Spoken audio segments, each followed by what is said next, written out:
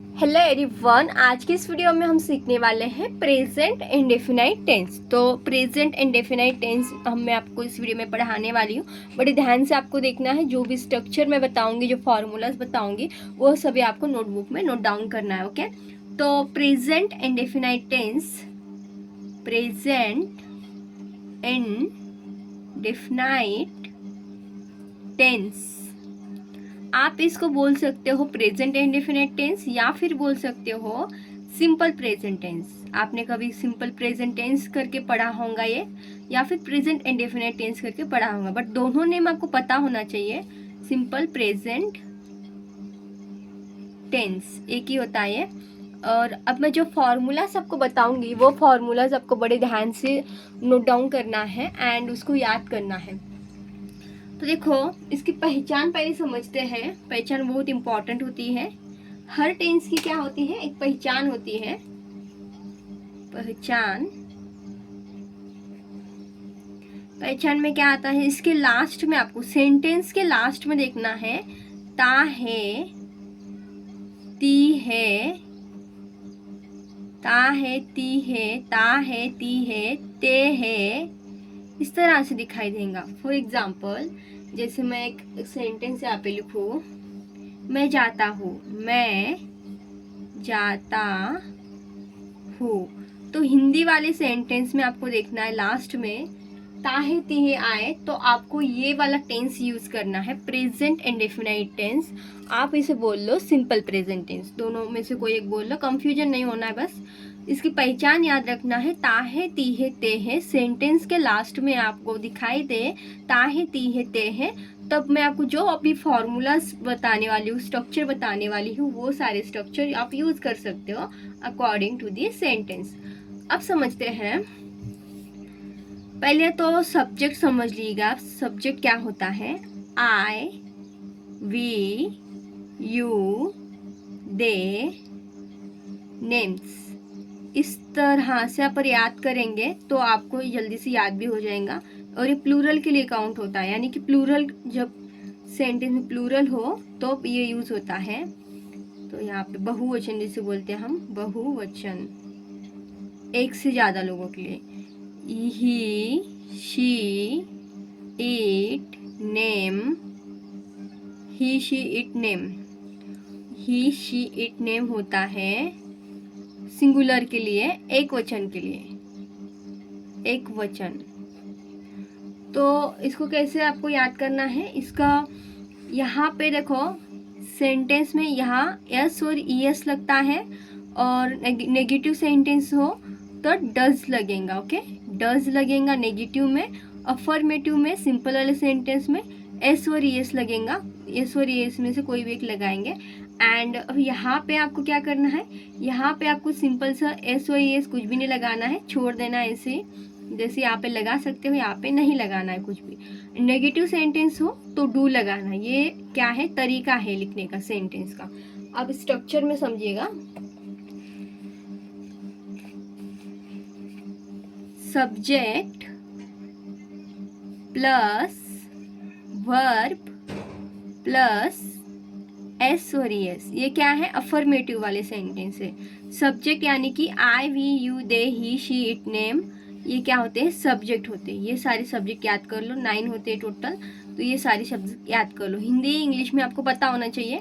तो ये आप पहले देख लो, I, we, you, they, he, she, it, name. Okay, उसके बाद है वर्ब। वर्ब क्या होता है, वर्ब नहीं पता आपको, तो देखो वर्ब यानी कि काम, क्रिया हम इसे बोलते हैं, पर क्रिया सुनने में थोड़ा डिफिकल्ट लगता है, तो आप काम समझ लो। जैसे कि आना, जाना, खाना, पीना, ये होता है वर्ब। आना, जाना, खाना, क्या होता है, वर्ब। एंड यस और यस लगाएंगे सेंटेंस के अकॉर्डिंग। अब यस और यस कब लगता है वो भी मैं आपको बताऊंगी, बट अभी के लिए आप इसको ऐसे ही समझते हैं। तो सब्जेक्ट, ये सब्जेक्ट लगाएंगे इनमें से कोई एक, फिर लगाएंगे वर्ब, फिर लगाएंगे एस और यस। जैसे अब हम समझते हैं, मैं जाता हूँ। अभी यहाँ पे क्या आ रहा है, मैं जाता हूँ। मैं क्या है, सब्जेक्ट है, उसमें क्या है, आई। तो आई, वर्ब क्या है, जाता, जाता को क्या बोलते हैं आप? गो। जाता को गो बोलते हैं सभी। तो गो यहाँ पे एस और एस नहीं लगेगा। इसमें बताया है क्या? नहीं बताया, खाली छोड़ देना है, क्योंकि ये प्लूरल में बहुवचन में काउंट हो रहा है। सब आई आपको लगेगा कि सिंगुलर है, बट बहुवचन में काउंट होता है ये। ओके, आई गो इस तरह से बनेगा, सिंपल सा। और वैसे मैं बताऊँ, इसे नेगेटिव करना है, मैं नहीं जाता हूँ, जैसे कि मैं नहीं जाता हूँ, तब क्या लगाएंगे आप? नॉट लगाएंगे। ओके, तीसरे नंबर पे आपको नॉट लगाना है। एंड नेगेटिव सेंटेंस है, तो नेगेटिव में आपको डू लगाना है। आई डू, तीसरे नंबर पे not, I do not go, मैं नहीं जाता हूँ। ओके, इस तरह से बनेगा। तो यहाँ पे डू बन रहा है, नेगेटिव है इसलिए, और यहाँ पे कुछ भी नहीं है, इसीलिए आप इसे सिंपल सा छोड़ दो। अब इसमें से कोई भी आए तो आपको कुछ भी लगाना नहीं है। जैसे हम नहीं जाते हैं, हम जाते हैं। ओके, हम जाते हैं, हम के लिए क्या आ रहा है? वी, तो आप क्या लाएंगे? वी गो, वी गो आएगा। अब इसमें से लगाए एक सेंटेंस लगा के देखते हैं। हम नहीं जाते हैं, मैं नहीं ओके, सिंगुलर देखना है। वह नहीं जाती है, वह नहीं जाती है, बट क्या है? नेगेटिव है ये, तो आएगा शी डज आएगा इसमें। Does not, she does not go. तो इस तरह से बनेगा सेंटेंस। अभी शुरू में आपको डिफिकल्ट लगेगा, जब आप प्रैक्टिस कर लेंगे ना अच्छे से, तो ये बहुत इजी जाएगा आपको। तो फॉर्मूला समझो नेगेटिव वाले का। जैसे मैंने आपको नेगेटिव फार्मूला नहीं बताया अभी, तो जैसे यहाँ पे नेगेटिव सेंटेंस हमने लिखे हैं, सब्जेक्ट, पहले सब्जेक्ट आ जाता है, कोई भी सब्जेक्ट, फिर प्लस, फिर क्या आएगा आपका? Do does. ओके, यहाँ पे देखो डू डज, डू आएगा, नहीं तो डज आएगा, कोई भी एक इसमें से जो होगा उसके अकॉर्डिंग। और फिर आपका आएगा नॉट, तीसरे नंबर पे नॉट, देखो फर्स्ट सेकेंड थर्ड नंबर पे नॉट। एंड फिर आएगा वर्ब, लास्ट में वर्ब आ जाएगा। इस तरह से बनता है नेगेटिव सेंटेंस। तो ये हो गया आपका अफर्मेटिव। अफर्मेटिव यानी कि नॉर्मल वाले, पर इसे इंग्लिश में क्या बोलेंगे?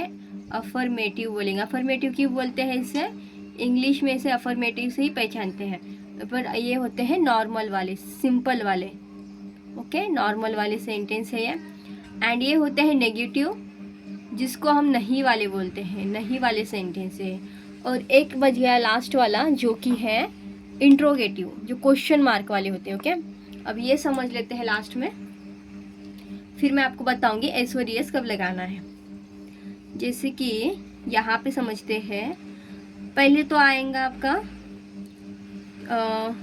सब्जेक्ट प्लस, फिर आपको लिखना है, पहले आपका हेल्पिंग वर्ब आएगा, सॉरी, पहले जो है डू डज फर्स्ट में आएगा, डू डज फर्स्ट में आएगा, फिर आएगा सब्जेक्ट, फिर आएगा वर्ब।